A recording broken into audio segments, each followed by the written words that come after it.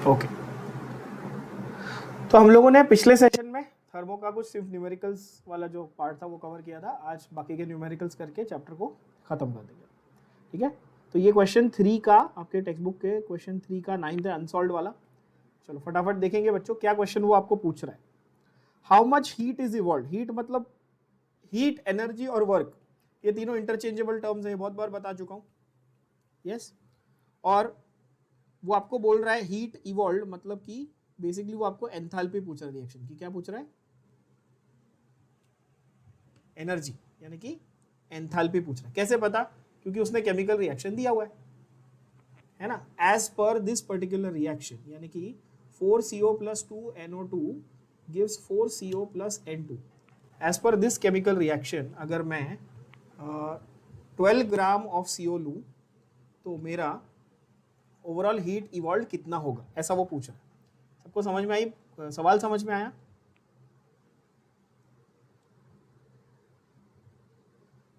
तो गिवन में क्या क्या लिखेंगे, चलो फटाफट।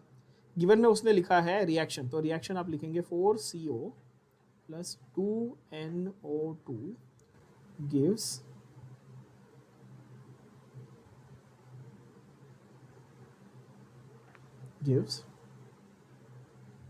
4CO2 plus N2 गैस,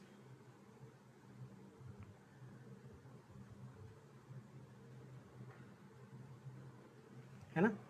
और वो पूछ रहा है कि भाई अगर इस रिएक्शन का डेल्टा एच, ध्यान से सुनना क्वेश्चन को, ध्यान से सुनना, इस रिएक्शन का डेल्टा एच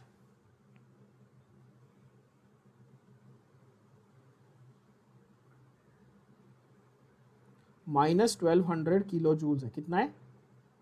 -1200 किलो जूल है। तो गिवन मास ऑफ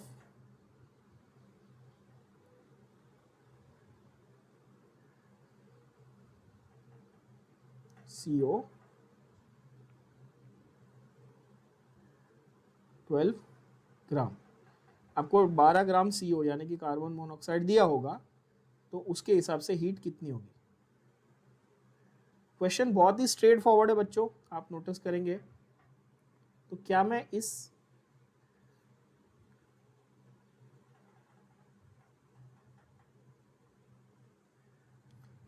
इस पर्टिकुलर रिएक्शन से ये बता सकता हूं कि 1 मोल CO के लिए कितना लगने वाला है, कितना हीट इवॉल्व होने वाला है? बोलो हाँ कि ना।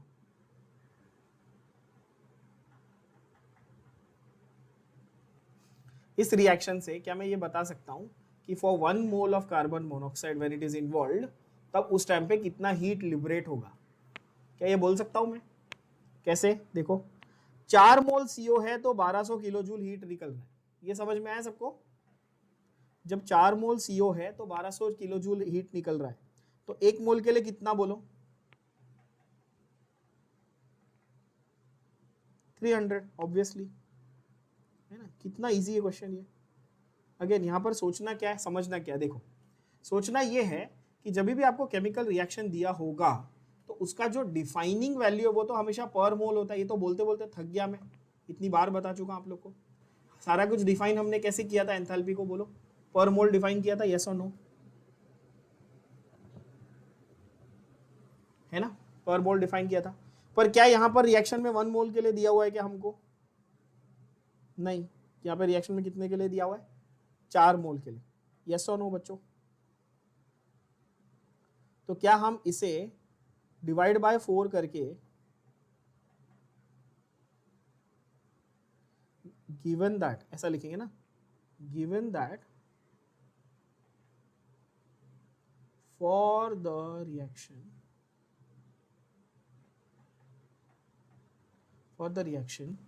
this much delta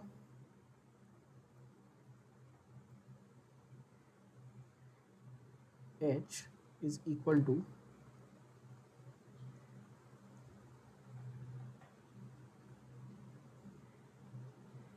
-1200 kilojoule. Therefore, we can say that 4 moles CO corresponds to -1200 kilojoule. Yes. So therefore, 1 mole CO corresponds to x। बोलो हाँ कि ना।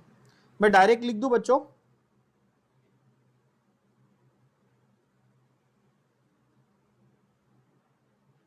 -300 kilo joule. And how much is 1 mole? बोलो।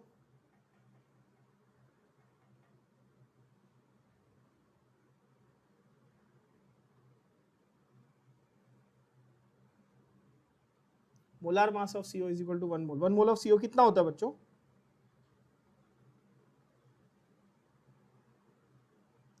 12 प्लस 16 कितना हुआ? 28 ग्राम पर मोल। तो कैन आई नाउ से 28 ग्राम CO corresponds to -300। So question में मेरे को क्या पूछा है? corresponds to how much? yes or no? तो मेरा जो क्वेश्चन मार्क है जो अननोन है उसका आंसर क्या आएगा? 12 इंटू 300 माइनस साइन के साथ अपॉन 28। बोलो हाँ कि ना। एकदम इजी हो गया। 6 जा 14 जा 3 जा 7 जा 300 900 माइनस डिवाइड बाय 7।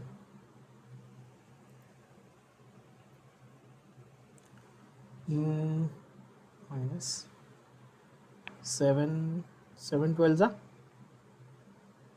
840 एंड 60 बचा।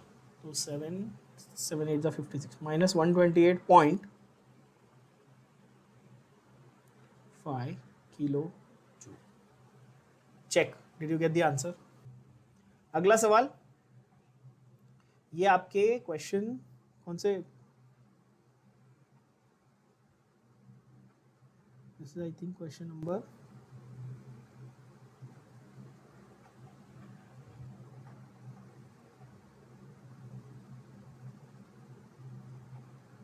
क्वेश्चन नंबर 4 का 8 आई है, आई थिंक सो। या क्वेश्चन नंबर 4 का 8 आपके टेक्स्ट बुक में। क्वेश्चन 4 का 8 क्या क्या दिया है गिवन में? चलो देख लेते हैं।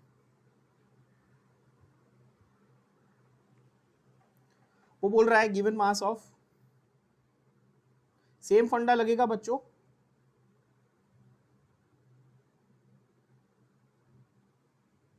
कितना दिया आपको? 132। ठीक है, ये क्या है? Given mass. या क्या ये गिवन मास है? टेम्परेचर कितना दिया है?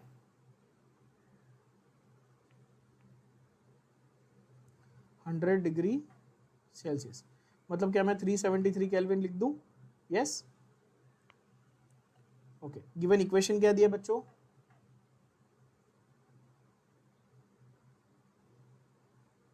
Ammonium nitrate solid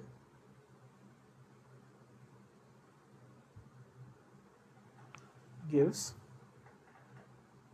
NO2 gas plus 2H2O gas।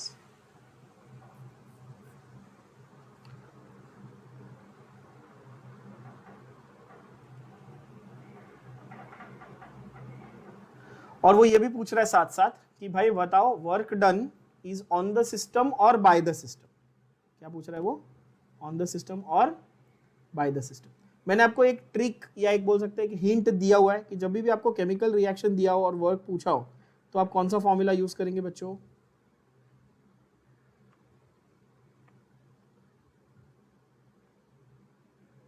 Delta N R T. और उसमें डेल्टा एन को कैलकुलेट करते वक्त क्या सॉलिड और लिक्विड को कंसीडर करना है कि सिर्फ गैसेस को कंसीडर करना है? ये बताया था ना clearly, to consider only gases, not solid और लिक्विड, ओनली गैसेस, है ना। तो सॉल्यूशन बहुत ही इजी है, देख लो। W is equal to minus delta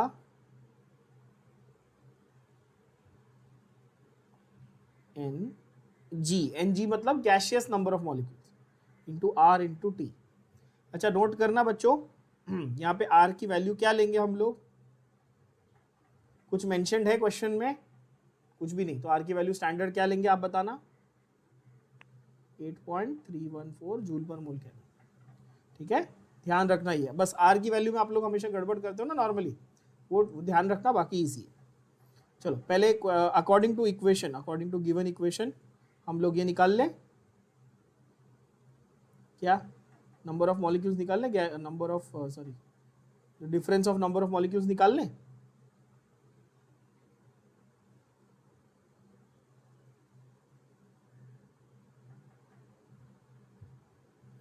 right side पे प्रोडक्ट के कितने मॉलिक्यूल्स है बताओ, गैस के?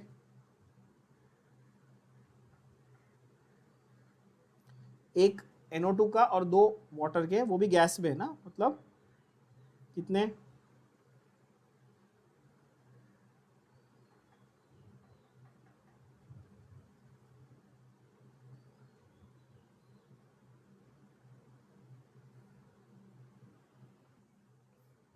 तो हमारे पास 3 माइनस 0 यानी कि 3, ठीक है, डेल्टा एन की वैल्यू है 3। Now please note here is the catch, here is the catch. If I balance this equation, I know this value is for how many moles of ammonium nitrate? ये जो work done की value है मैं किसके लिए निकाल रहा हूँ? 1 मोल के लिए निकाल रहा हूँ, बरोबर है? 1 mole ammonium nitrate. So can you tell me कि 1 मोल अमोनियम नाइट्रेट का वजन कितना होगा? देख सकते हो 14 4 हाइड्रोजन यानी कि 4 और 3 ऑक्सीजन यानी कि 48। तो 14 28 और 48 20 40 60 68 76 और 4 80। बोलो हाँ कि ना? Did everybody get this? Ammonium nitrate का वजन कितना हो गया? 80 हो गया बच्चों, है ना? तो सवाल बहुत ही सिंपल है, work done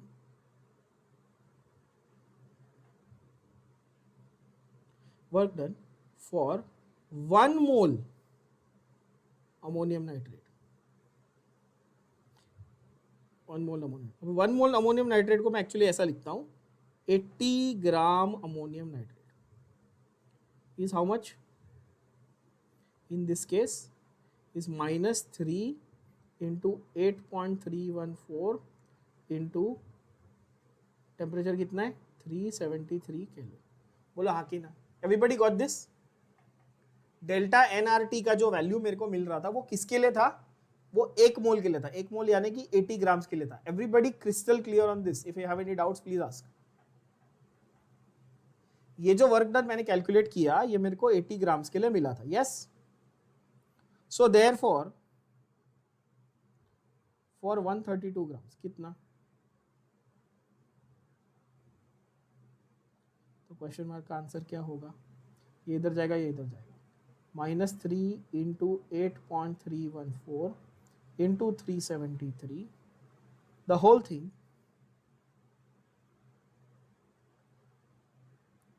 okay into 132 divide by 80। अच्छा 132 डिवाइड बाय 80 अगर आप अपनी स्क्रीन पे देखेंगे बच्चों, तो क्या वो given mass upon molar mass हो गया? बोलो हाँ कि ना? और given mass upon molar mass तो नंबर ऑफ मोल्स ही होता है ना, तो वही लॉजिक से किया ना मैंने, 1 मोल के लिए इतना तो n मोल्स के लिए कितना? बोलो हाँ, यस और नो? ये जो पूरा वैल्यू है ये n की वैल्यू हुई, yes, everybody agrees with this? So चलो सिंप्लीफाई करें इसको फटाफट। 2 का 40 सा, 2 का 61 सा, बराबर है। And now the calculation becomes very tricky. -3 into 8.314 into 373 into 61 the whole thing by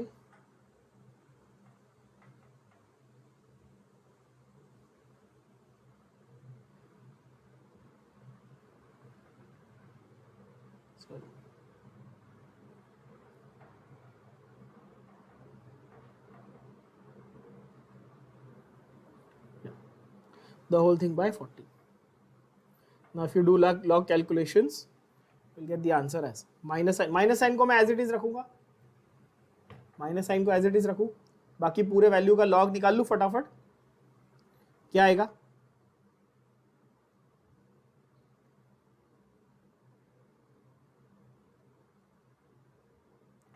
log 3 plus log of 8.314 plus log of 373 plus log of 61 minus log of 40.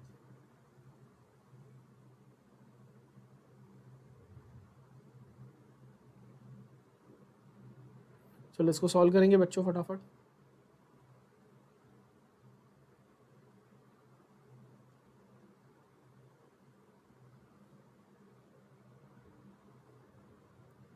मैं माइनस साइन को अलग से क्यों रख रहा हूँ बाहर, क्योंकि नेगेटिव नंबर का एंटी लॉग नहीं होता, ये सबको पता होना चाहिए। लॉग 3 कितना है 0.4771, ये तो सबको मालूम है। लॉग ऑफ 8.314 कितना होता है बच्चों,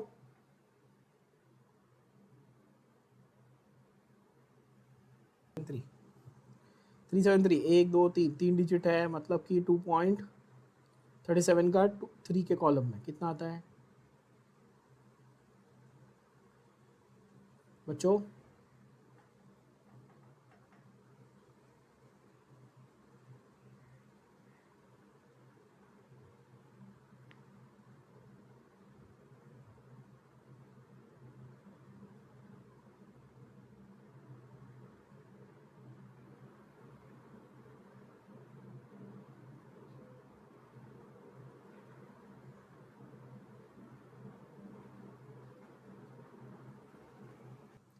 This is 57, yeah, and log of 61 मतलब सीधा सीधा 61 का log देखो, and log of 40 is 6020, I feel 6021, whatever it is, 6021 I think so, आपके बुक में दिया होगा log बुक। ठीक है, चलो यहाँ देखें 8 + 8 16 + 3 9 1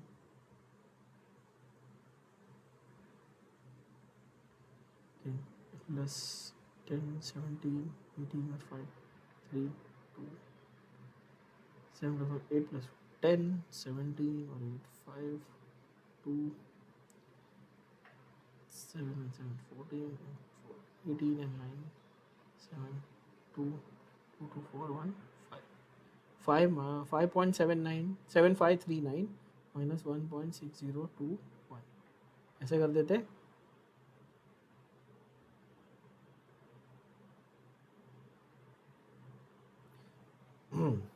तो 9 minus 1 is 8, 3 minus 2 is 1, 5 minus 0 is 5, 7 minus 6 is 1, 5 minus 1 is 4। ठीक है, anti log of 1518,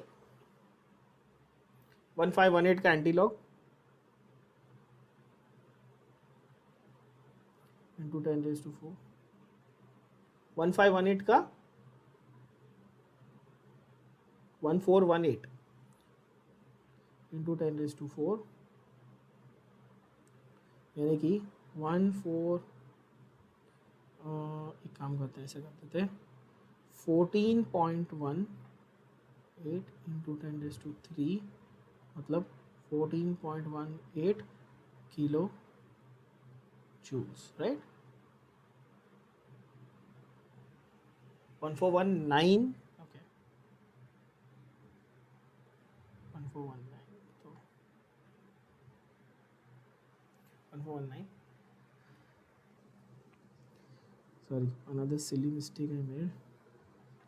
It should be 66 and not 61, so please change this value. This is log 66. What is the log value of 66? 8195. So everything else will change. Here, what will be the addition now? 7 plus 5 12 21 1 2 9 9 81 2 7 7 14 16 2 4 plus 9 13 plus 14 22 5 7 2 5.7881. This value will change, this value will change.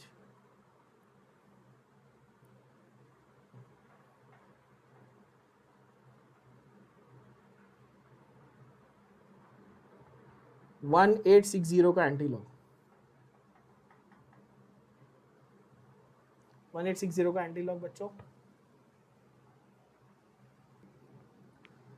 सो इसका आएगा 1535 into 10⁻⁴, ये इधर dot, तो ये आ जाएगा 15.35 into 10⁻3। ये क्यों किया 10⁻3? अभी देखो 15.35 किलो जूल हो जाएगा। ठीक है, आंसर हमको ओरिजिनली तो जूल में आ रहा था ना, पूछो क्यों? क्योंकि आर की वैल्यू हमने जूल पर मोल केल्विन में ली थी, याद है बच्चों? सो 15.35 किलो जूल, इतना एनर्जी इस पर्टिकुलर रिएक्शन का होगा अगर अमोनियम नाइट्रेट 132 ग्राम लिया होता। Now surprise surprise, answer in the text book is wrong, right? Now you know why we are solving in depth, है ना? Please do not follow the answer given in the text here. The answer, actual answer is, and you can confirm with Calci also if you want, it is minus 15.35 kilojoule. अच्छा, अभी ध्यान से देखना, negative sign है तो work done on the system की by the system, काफी detail में सिखाया था ये तो स्टार्टिंग में ही। नेगेटिव सिस्टम मतलब नेगेटिव साइन इंडिकेट्स, क्या लिखेंगे? Negative sign indicates that work is done by the system. Please change the value, book में 18 पॉइंट समथिंग दिया और रॉन्ग है। हाँ, माइनर मेरे से कभी कभी कैलकुलेशन में गलती हो सकती है, वो ह्यूमन एरर है, बट हाँ वैल्यूज आप एक बार ध्यान दे देना। टेक्स्ट बुक में से मेजॉरिटी आपको चीज़ें जो गलत मिल रही है वो हमने सब राइट लिखी है। ठीक है बच्चों, तो आई थिंक ये हो गया हमारा कौन सा, 4th का 8th। ठीक है, इसको पूरा डिटेल में नहीं कर रहा बच्चों क्योंकि रिपीट है, सेम टू सेम क्वेश्चन करके वापस कोई मतलब नहीं ना, वो आप प्रैक्टिस के लिए करना, फिर भी डाउट रह जाए तो पूछने के लिए ऑब्वियसली कोई तकलीफ नहीं, पूछ लेना मुझे। ठीक है, अच्छा बाय द वे आप सब लोगों को ये पता है ना, ऐप पे वो चैट ऑप्शन है in which you can ask me the doubts. There's a personal chat also and a group chat also, right? So please make sure if you have any doubts, just click the image of the question that you have and just send it to me. It's fine. I'll send the solution. And please do not trust the solutions that you get on Google and these apps and whatever. I have just proved, मैं आपके सामने बहुत बार prove कर चुका हूँ कि गलत answers दिए हुए उसमें, हाँ, तो उनको ब्लाइंडली ट्रस्ट नहीं करना। चलो खैर, यहाँ पे उसने 4 मोल HCl के लिए दिया है और 1 मोल के लिए पूछा है, तो फॉर्मूला क्या यूज करेंगे आप W का? Minus delta NRT। आपका डेल्टा N कितना है for this particular equation? For this particular equation what is the value of delta N? यहाँ पर 2 और 2 कितने, 4, और यहाँ पर 1 और 4 यानी कि 5, मतलब डेल्टा N की वैल्यू क्या हुई बच्चों? 4 - 5 यानी कि -1। बोलो हाँ कि ना? अच्छा, तो -1 इंटू 8.314 इंटू टेम्परेचर कितना, 200 डिग्री सेल्सियस, मतलब 473 kelvin, but this is for 4 moles. Can I say I have to divide this by this, and minus sign जो था ओरिजिनली क्वेश्चन में, now minus minus will become plus. बोलो हाँ कि ना? तो रफली आपको आंसर आ गया आई फील। यस बच्चों, आप देखेंगे अगर मेरे को इसको, अगर मैं इसका अप्रोक्सीमेशन भी करके आपको दे दूं, मोटा मोटी अप्रोक्सीमेशन कर दूं, तो ये 4 2 8, मतलब 2 इंटू 473, 47 का डबल होता है 94, है ना? रफली 950 के आसपास, और 980 आपका एग्जैक्ट आंसर। देखो आप बस ये 8.314 को आपको ढंग से मल्टीप्लाई करना है, आंसर आ जाएगा। क्या ये बात सबको समझ में आ गई? और पॉजिटिव साइन है, पॉजिटिव साइन भी मैंने प्रूव करके दिखा दिया कि कैसे आ रहा है माइनस साइन के साथ। यस बच्चों, कोई इसमें सवाल, किसी के दिमाग में डाउट? सेकेंड वाला देखो, डिकॉम्पोजिशन ऑफ 1 मोल के लिए कितना?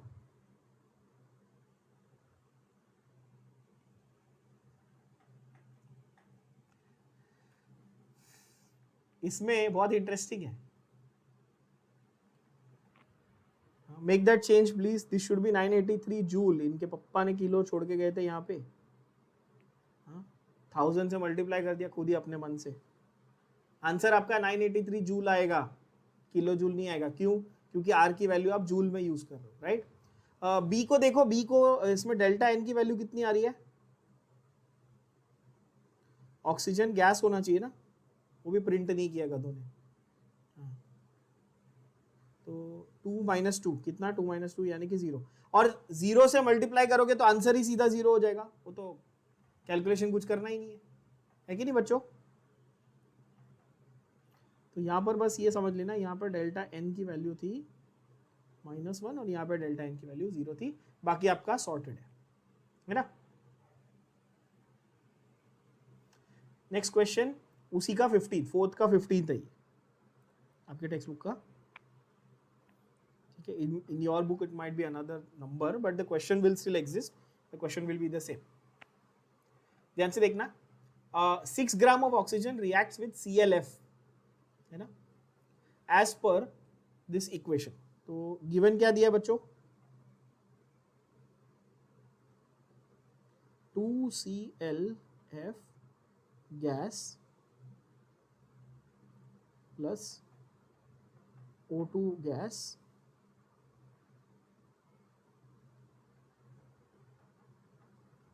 gives Cl2O gas plus OF2 gas,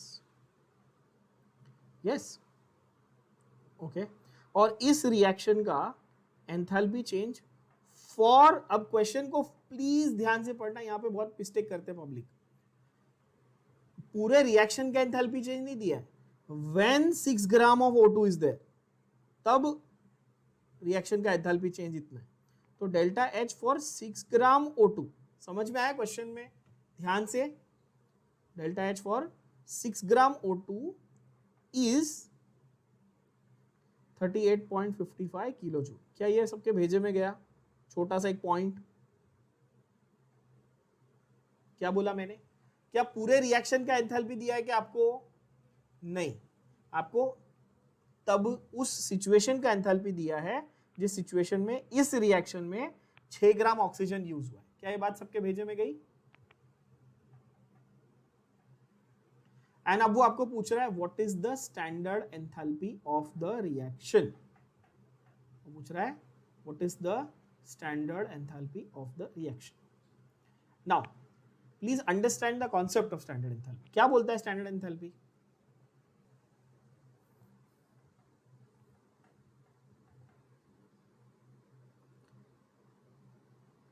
चलो यहां देखो, आपको वो पूछ रहा है delta H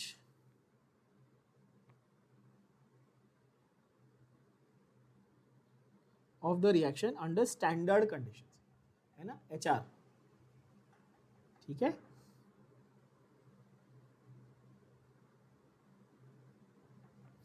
under standard conditions. अब स्टैंडर्ड कंडीशंस का मतलब हमने पहले से डिफाइन किया हुआ है कि एक बैलेंस्ड केमिकल रिएक्शन है तो उसके जो मोल रेशियोज हैं और सारे जो कंपाउंड्स या एलिमेंट्स प्रेजेंट है वो उनके स्टैंडर्ड स्टेट्स में होने चाहिए, उसको स्टैंडर्ड कंडीशंस बोलते हैं, है ना। यही अगर मैं कंबशन के लिए बोलता तो आप बोलते 1 मोल कंप्लीट कंबशन, मैं बोलता फॉर्मेशन तो आप बोलते compound formed from its elements, है ना। ये सारे हमने डिफाइन किए हुए थे। पर इन जनरल अगर मैं कहूं गिवन रिएक्शन इज, ऐसा है, ध्यान से देखना जरा बच्चों, ऐसे बोलूं as per the above reaction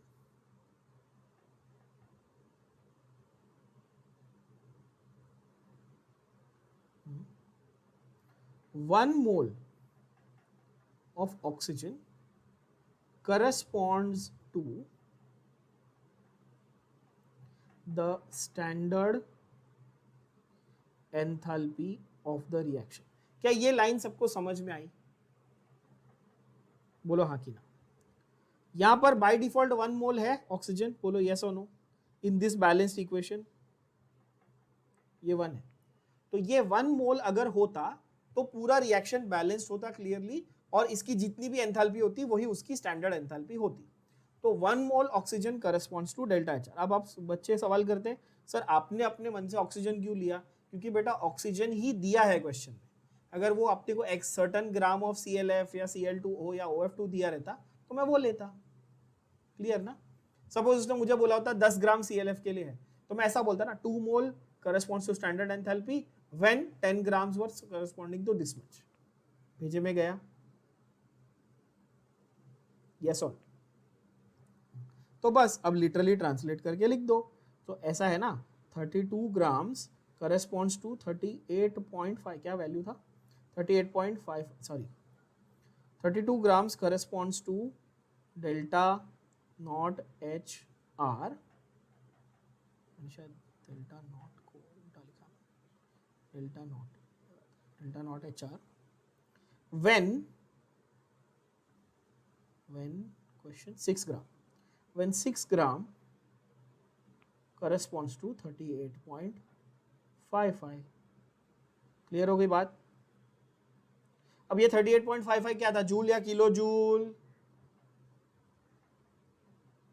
question को पढ़ो ध्यान से, गड़बड़ नहीं करना। किलो जूल में तो आंसर भी किलो जूल में आएगा, देख लो। ठीक है, क्या करेंगे, cross multiply, delta H not R is equal to 32 into 38.55 upon 6। क्या ये बात क्लियर हुई बच्चों? 2 3 जा 2 16 जा, तो 16 इंटू 38.55 बाई 3, क्या था आंसर? ये सिंपल कैलकुलेशन, इसके लिए लॉग की जरूरत नहीं है, डायरेक्ट कर लो।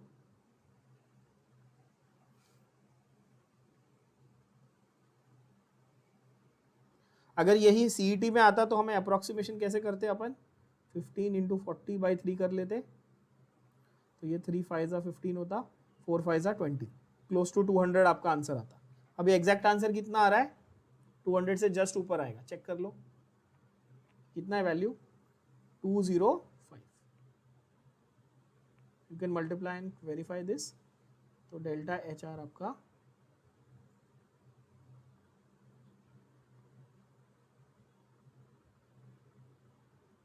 Answer is 205.6 kilo joule. बच्चों ये वाले क्वेश्चन को ना आप 5 स्टार मार्क करके रखना। ये आपके 4th का 18th क्वेश्चन है। 5 स्टार इसलिए करवा रहा हूँ क्योंकि बोर्ड्स में, जैसा मैंने कहा, इतनी बार रिपीट हुआ है कि पूछो मत। वो पूछ रहा है कि भाई फॉर दिस रिएक्शन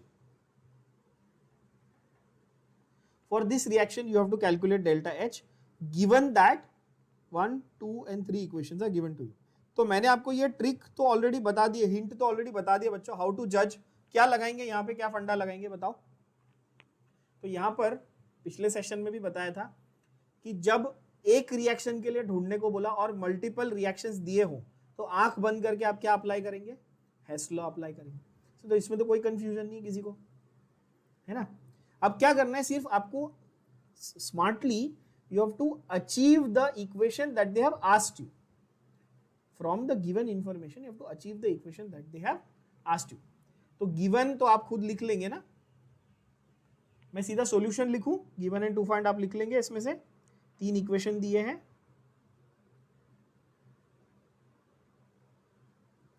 आप सोचेंगे सर आलसी हो गए, पहले पूरा लिखते थे given to find, अभी ऐसा नहीं लिखते क्योंकि सेम रिपीटेटिव क्वेश्चन है, इसलिए नहीं लिख रहा, ठीक है?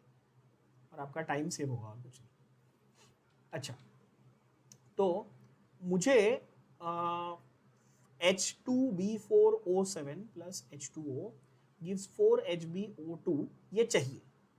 मतलब let's analyse this, required equation में HbO2 राइट साइड पे कि लेफ्ट साइड पे,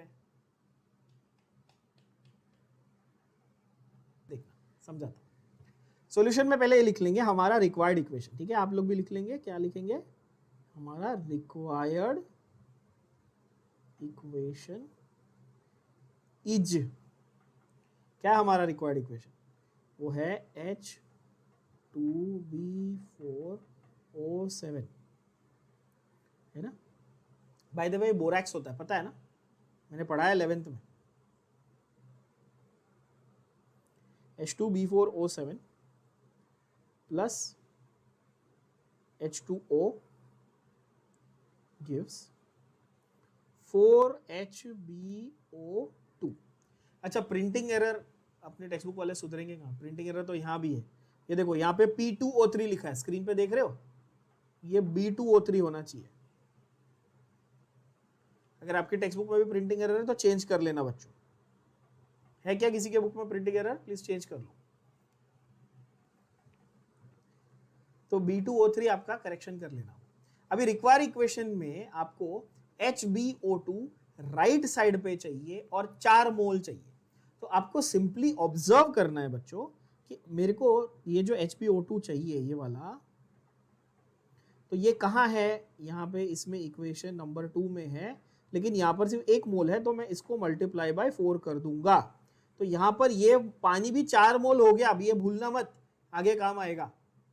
ये भी 4 मोल हो गया और ये भी 4 मोल हो गया, तो इसको भी 4 से मल्टीप्लाई करूंगा। Yes, everybody understood this? तो ये हो जाएगा -0.08 किलो जूल पर मोल, है ना, क्योंकि 4 से मल्टीप्लाई कर दिया ना।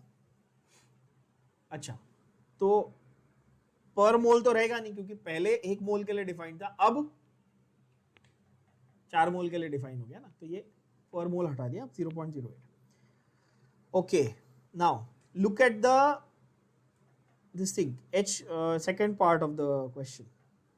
So this part I want on the left side. I have it here on the left side. Yes, the number is here 1 and here also it is 1, means no change.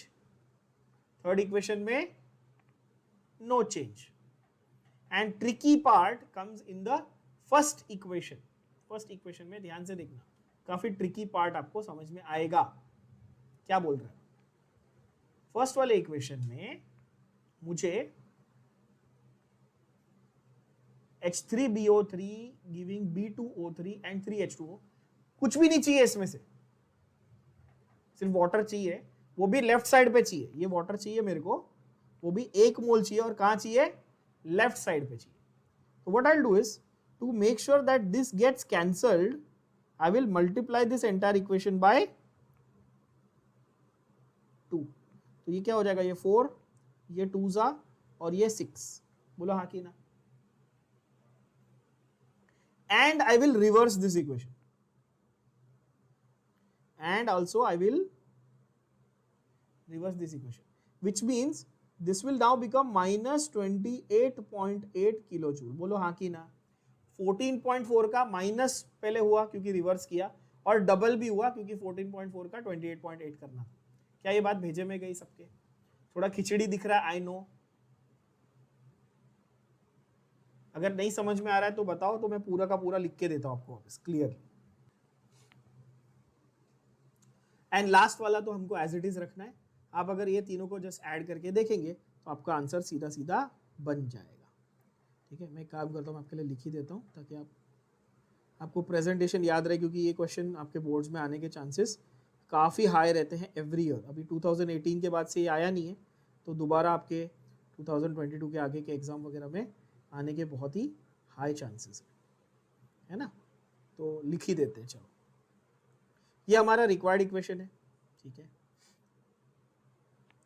हमारे given equations क्या क्या हैं?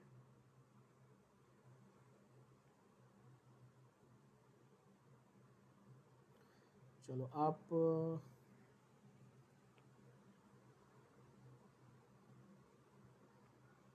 क्या दिया पहले वाले में?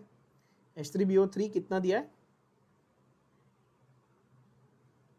2 moles plus H2O,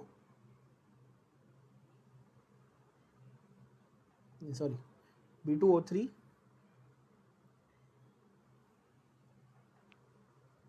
giving B2O3 and 3H2। वो सॉलिड लिक्विड वगैरह मैं नहीं लिख रहा। इसकी वैल्यू क्या दी है बच्चों? इसकी वैल्यू दी है 14.4। ठीक है ना, किलो जूल। सब किलो जूल में दिया तो उसका टेंशन नहीं है, पॉजिटिव नेगेटिव पे ध्यान देना। तो इसका पहले मैं फंडा कर लेता हूं, multiplying by 2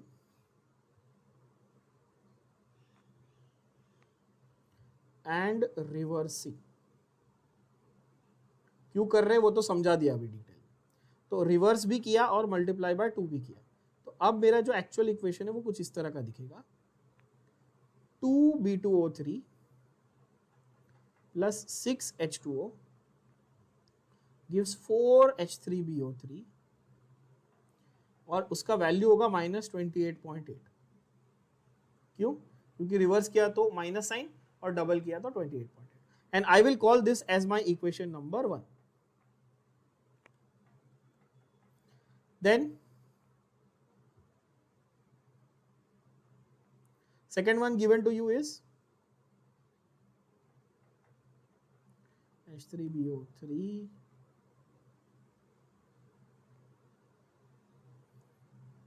gives HbO2 plus H2। इसकी वैल्यू क्या दी है? Now in my required equation I need 4 HbO2, so I will just multiply this by 4।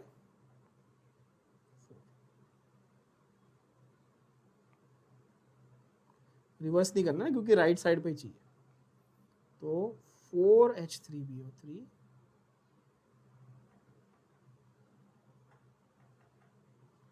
4HbO2 plus 4H2। Value कितनी होगी? -0.08 kilo joule. I will call this as my equation 2। Clear है बच्चों?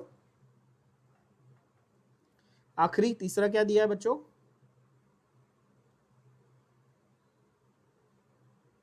is H2B4O7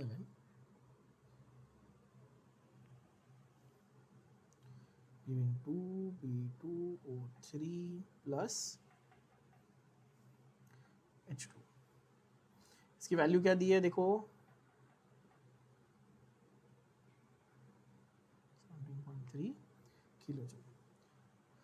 तो इसके बारे में तो अपने को कुछ चेंजेस नहीं करना है ना, क्योंकि H2B4O7 अपने को फाइनल इक्वेशन में एज इट इज चाहिए। तो इसको मैं एज इट इज रख देता हूँ and I will call this as my equation 3। And now just क्या adding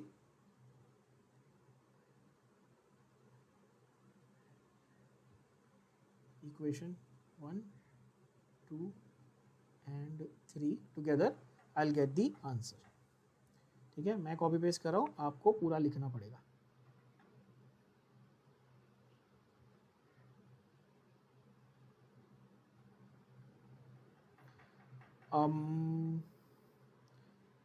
You can write directly also on adding equation 1, 2, 3 we get, but again if your paper goes for a moderation or something, if you get good marks, which I am assuming all of you will get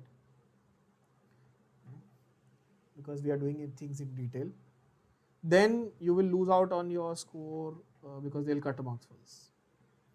So that call you can take on how your paper is going। ठीक है, if you feel नहीं मेरा average जा रहा है paper तो मत लिखना, मत तकलीफ उठाना। एंड इफ यू फील कि नहीं पूरा अच्छे से ही लिखना है और मॉडरेटर के पास जाएगा तो फिर लिखो। क्लियर है?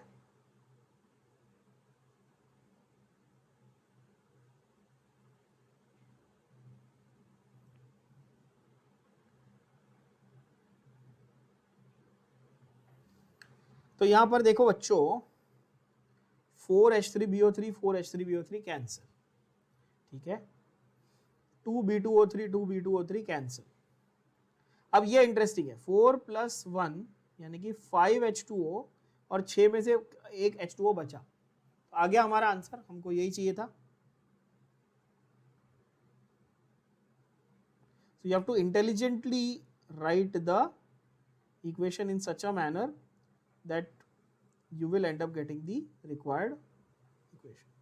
H2B4O7 plus H2O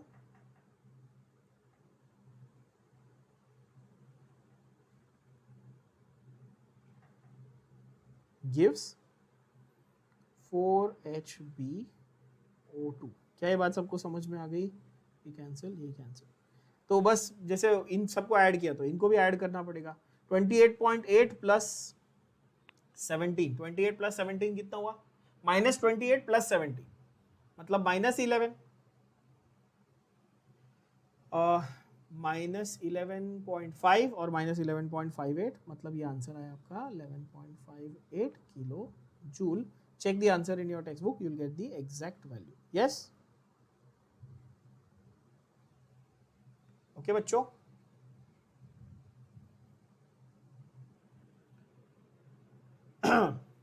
अगेन यहां पर सेम फंडे सेम तरीके से दिए हुए हैं बच्चों. In fact, it's completely repetitive the question, right? क्या बोलता है वो? 2 moles of NH4NO3 यानी कि अमोनियम नाइट्रेट के 2 मोल लिए. This equation defined for how many moles? Tell me. Equation किसके लिए था? 1 मोल के लिए डिफाइंड था. करेक्ट. अपने को क्वेश्चन कितने मोल्स के लिए पूछा है बोलो? 2 मोल्स के लिए. वर्क डन और केमिकल रिएक्शन दिया है, तो फॉर्मूला क्या यूज करेंगे बच्चों?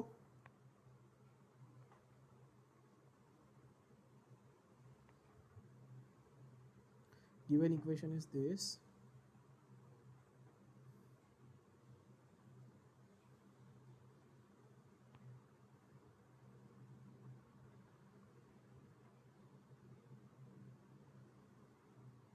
डेल्टा एन की वैल्यू क्या निकालेंगे बोलो?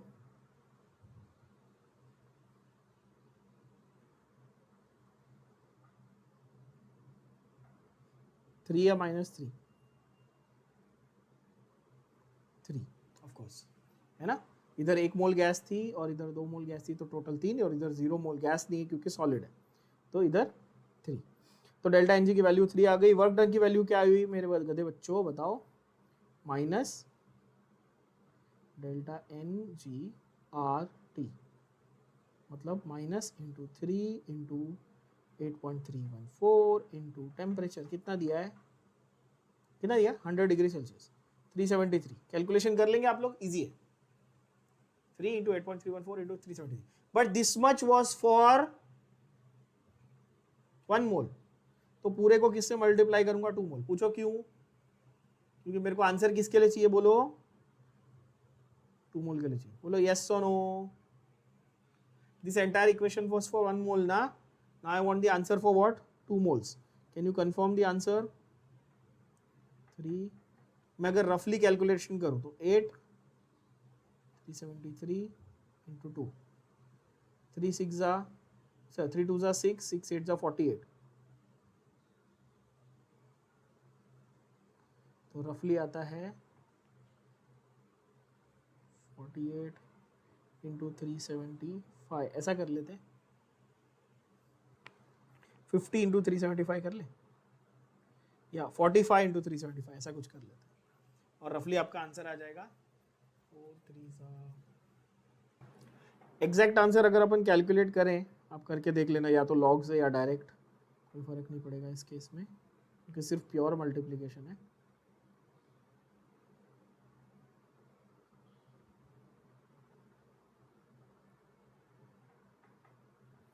एग्जैक्ट आंसर आता है 18,606 जूल, तो minus 18.6 kilo joule. Is that your answer? Check. या minus 18.6 kilo joule. And minus sign है मतलब by the system, of course. Yes बच्चों. नाउ स्पॉन्टेनिटी, ऐसा क्वेश्चन भी आता है. ये क्वेश्चन भले आपको ऐसे देख के लगे कि ये न्यूमेरिकल है, you'll understand in a minute, you'll understand कि एक्चुअली ये न्यूमेरिकल नहीं है, थियोरेटिकल कॉन्सेप्ट पे क्वेश्चन है. बोर्ड्स में ऐसा क्वेश्चन 1 मार्क के लिए आता है सिर्फ.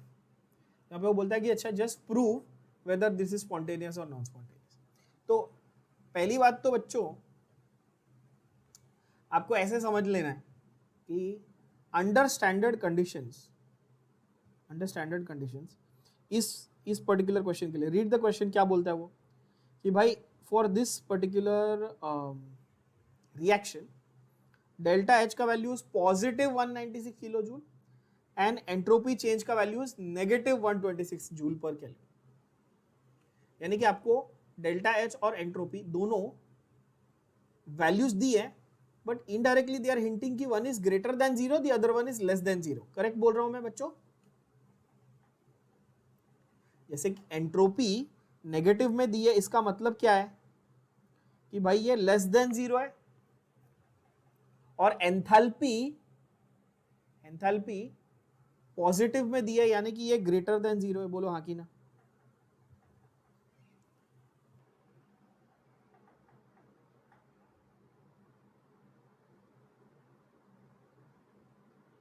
सेकेंड लॉ ऑफ थर्मोडायनामिक्स का इक्वेशन अपन ने क्या लिखा था, याद है? Delta H is equal to delta U plus delta NRT, है ना। और जब हमने गिब्स एनर्जी पढ़ी तो गिब्स एनर्जी का फंडा क्या लिखा था, याद है सबको? Delta G is equal to delta H minus T delta S. Yes बच्चों,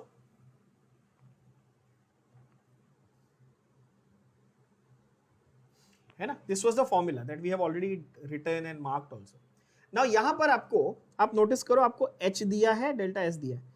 क्या आप कोई भी एक स्टैंडर्ड टेम्परेचर अगर आपने ले लिया, लेट्स से आपने स्टैंडर्ड टेम्परेचर ले लिया, स्टैंडर्ड कंडीशन मतलब मैं 25 डिग्री सेल्सियस ले लूं और एक रफ कैलकुलेशन करूं, again please note that I am not doing in actual calculation here, I will say this will be 196 into 10 raised to 3 minus whatever temperature, let's say 298 into minus 126.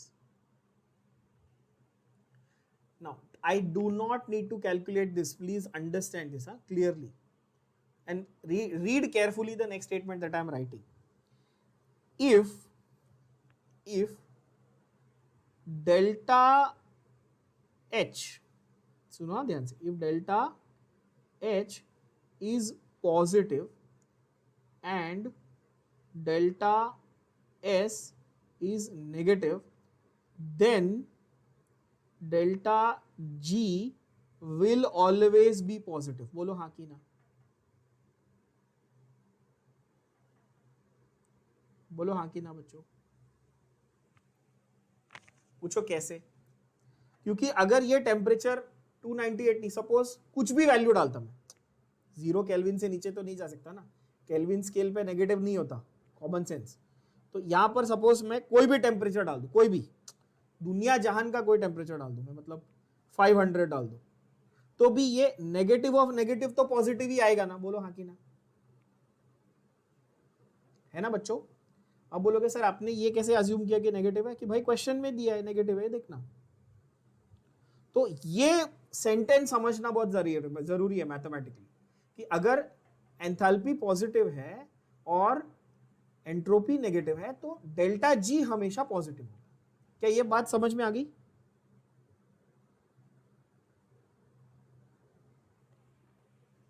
अच्छा देखना यहां पे, तो बेसिकली मैं standard state के लिए मैंने 298 लिया था, तो आपको ये तो पता चल गया कि will always be positive for any temperature. ये भी क्लियर हुआ? फॉर एनी टेम्परेचर ये क्लियर है बच्चों। 298 की जगह मैं 1 भी लिखता, 500 लिखता, 5000 लिखता, मैं कितना भी आगे टेम्परेचर लेके जाऊं, डेल्टा जी हमेशा पॉजिटिव रहेगा। और डेल्टा जी पॉजिटिव का मतलब क्या है?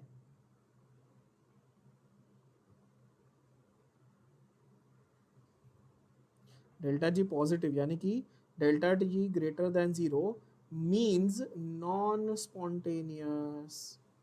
मैंने याद है कंडीशंस लिखवाई थी और बोला था कि स्टार मार्क करना सबसे ज्यादा बार आता है, ये याद है, लिखवाया था, इसी चैप्टर के पीडीएफ में है, देख सकते हो आप। टू डिस्क्राइब स्पॉन्टेनिटी, देखो when delta G is, when delta G is less than 0 greater than 0, अगर ग्रेटर देन 0 है, पॉजिटिव है, तो क्या मैं बोल सकता हूं नॉन स्पॉन्टेनियस है बच्चों? क्या ये बात सबके भेजे में गई? This will remain non spontaneous for all temperatures, yes और no? Means does it have a crossover temperature, मतलब कि ऐसा कोई टेम्परेचर आगे जाके आने वाला है क्या कि जिसमें वो नॉन स्पॉन्टेनियस से स्पॉन्टेनियस में आएगा, यानी कि डेल्टा जी नेगेटिव हो जाएगा, ऐसा पॉसिबिलिटी है? जब मैं क्लियरली बोल रहा हूँ delta G will always be positive, तो क्या क्रॉस ओवर टेम्परेचर पॉसिबल है क्या? बोलो हाँ कि ना। कॉन्सेप्ट क्लियर हो गया? ये समझ में आया कि ये एक्चुअली न्यूमेरिकल नहीं है, कॉन्सेप्ट बेस्ड क्वेश्चन है? The answer is no, no, बिल्कुल नहीं। रशियन में नियत, फ्रेंच में नो, राइट। अगर आप इस क्वेश्चन में सिर्फ नॉन स्पॉन्टेनियस या स्पॉन्टेनियस बोलना होता तो आप ये देख के भी बोल सकते थे, है ना, डेल्टा एस देख के भी बोल सकते थे, पर उसकी क्या गारंटी कि ये कभी पॉजिटिव नहीं होगा, तो उसके लिए डेल्टा जी चेक करना जरूरी था। क्लियर हुआ बच्चों?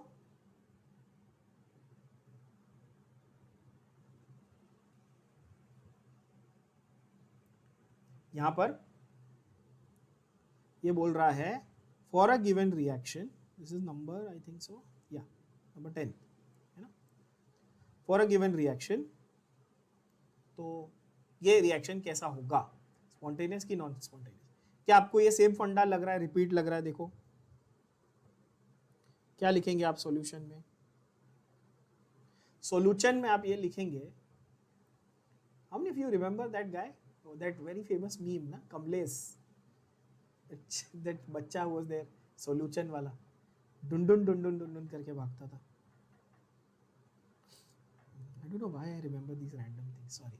या सो डेल्टा एच नॉट आपको दिया है 219 विच मीन्स पॉजिटिव, है ना, और डेल्टा एस नॉट आपको दिया है बच्चों -21 मतलब नेगेटिव। सेम स्टेटमेंट रिपीट मारू क्या? If delta H is positive and delta S is negative, then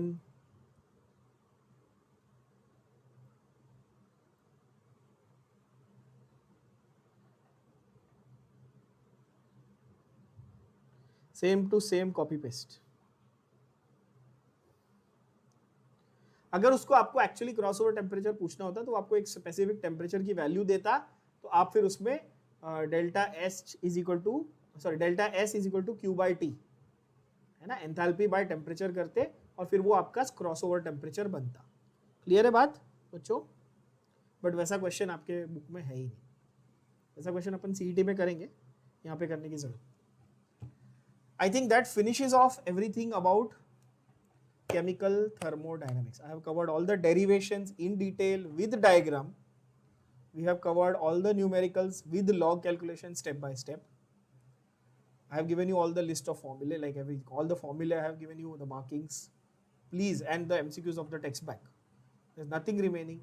There is no excuse for you to not know anything from this chapter and not score full marks in any question asked from this chapter. ठीक है बच्चों? आज क्या करना है, इसको complete करके पूरा अच्छे से रीड करके प्रैक्टिस करके खत्म कर देना।